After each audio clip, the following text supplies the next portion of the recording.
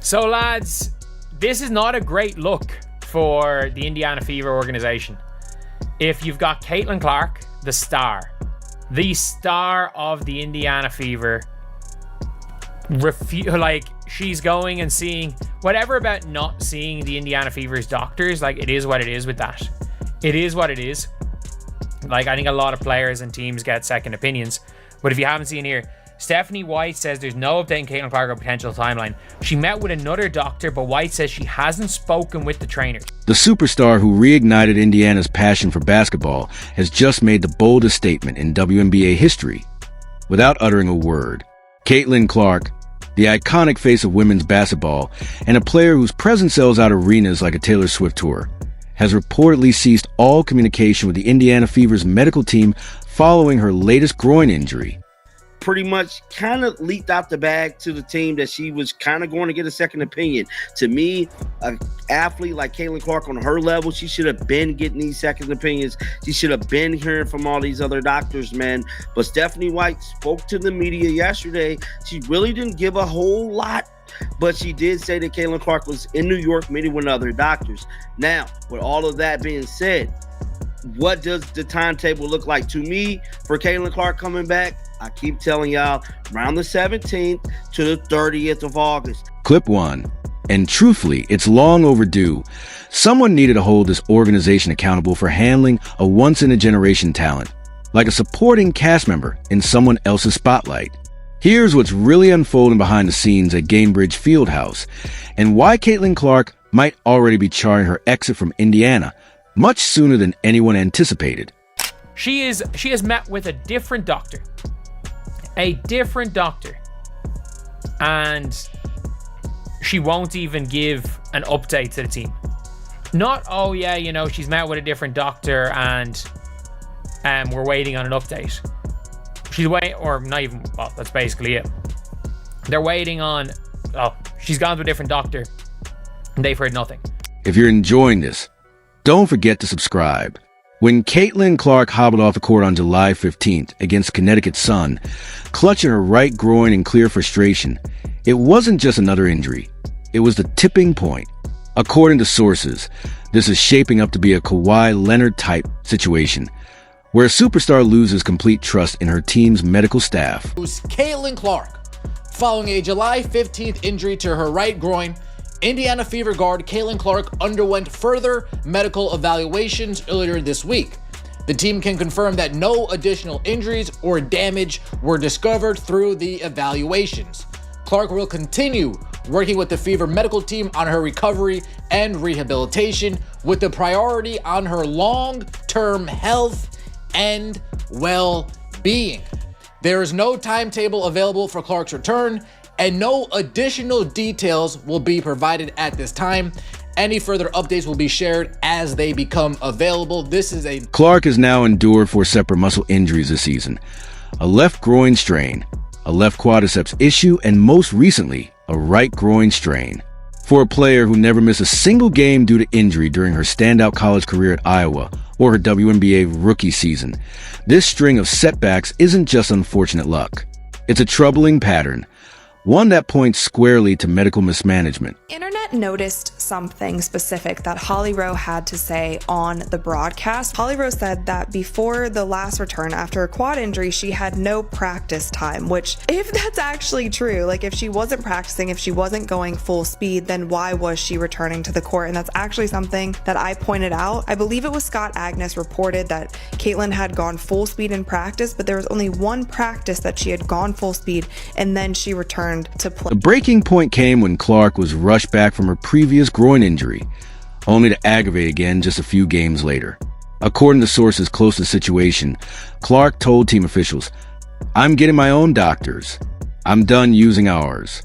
She's since met with outside medical professionals and has reportedly cut off communication with the team's training staff, refusing to provide any updates on her condition. Clark's team has made it known, we are going to be holding her out until she is fully recovered. We are not going to be rushing her back at all.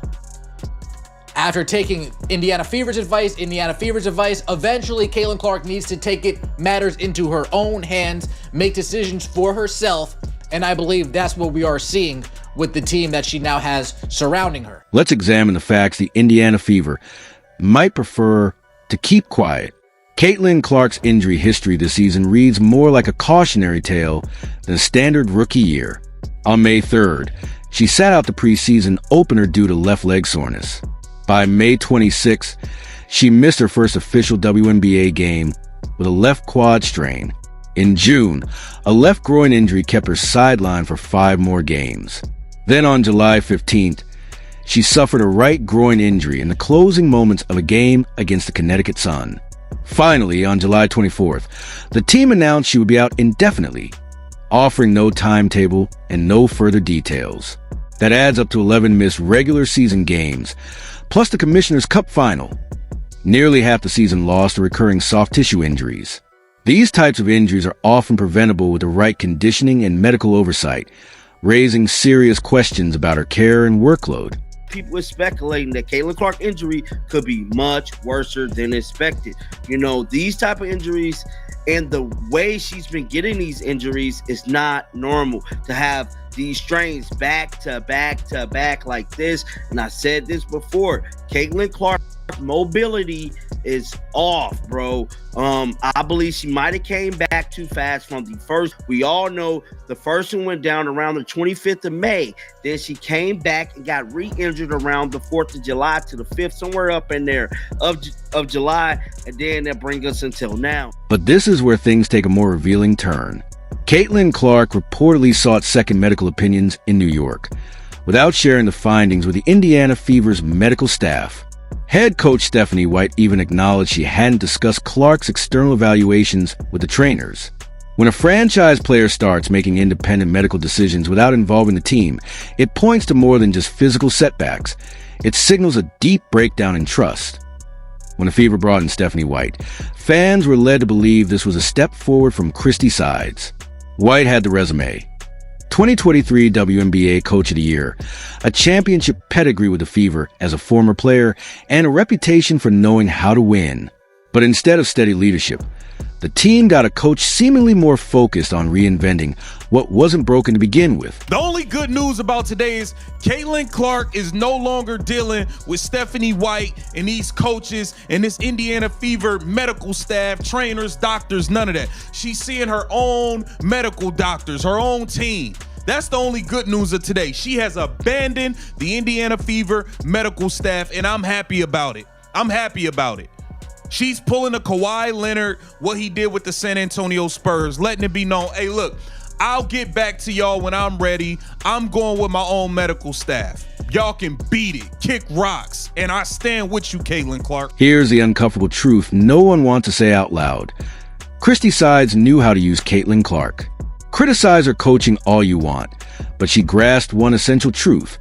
When you have a generational talent, you build around them, not force them to conform to your system. Sides let Clark be herself. She put the ball in her hands, allowed her to dictate the tempo, and watched the results speak for themselves. Record-breaking rookie numbers, the Fever's first playoff berth since 2016, and sold-out arenas across the country. Now contrast that with Stephanie White's recent comments about wanting Clark to play off the ball and share primary ball-handling duties. It shows a fundamental misunderstanding of what makes Clark elite. You don't take the ball out of Magic Johnson's hands because he's facing full-court pressure.